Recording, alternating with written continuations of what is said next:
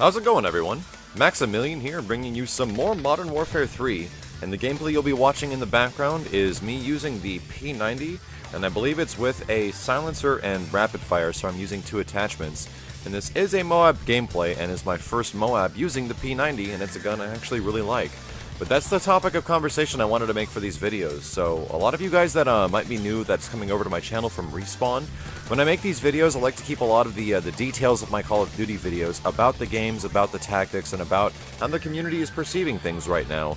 And there's been a lot of negativity for Modern Warfare 3, but I like to put things into perspective and try to find out what games did the things the best so we can hopefully get a Call of Duty game later on. Of course, they come out once a year. That kind of takes the best of both worlds. And the topic of conversation, as you probably already realized for this one, is going to be OP weapons or overpowered weapons.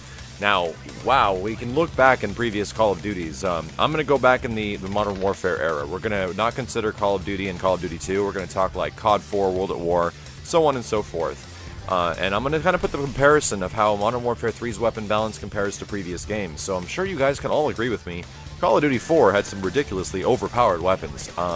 Not just in the vein that the other guns were total crap. You can almost do pretty well in any Call of Duty with any gun. But it was the fact that certain guns made other guns absolutely obsolete. And in perspective of other weapons that were similar, like assault rifles being compared to assault rifles, like a triple burst compared to a triple burst, a single shot comparing to a single shot, things like that. One weapon would be better than all of them, and there'd be no reason why you would switch off.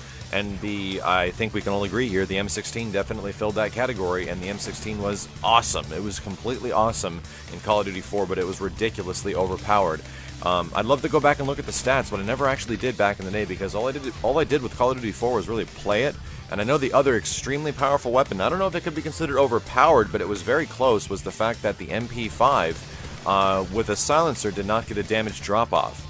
So this kind of leads me to my next one, and the next most overpowered weapon in the Call of Duty series, I definitely can agree for myself that it's the UMP-45 from Modern Warfare 2. These aren't in any specific order, but the UMP had this crazy thing where you stuck a silencer on it and it would still kill in like 3 bullets from any distance on the map, and it was great. You had the mobility of a guy with a submachine gun, but you still had the damage capacity to put anything down from any distance as long as you learn to deal with the recoil. But besides from that, other weapons were really good, like the FAMAS was amazing in Modern Warfare 2. These guns were really powerful, and in comparison to other weapons, there was not much of a reason to use it. Especially reasons like, you know, picking the M16 over the FAMAS, so I think you understand where I'm coming from.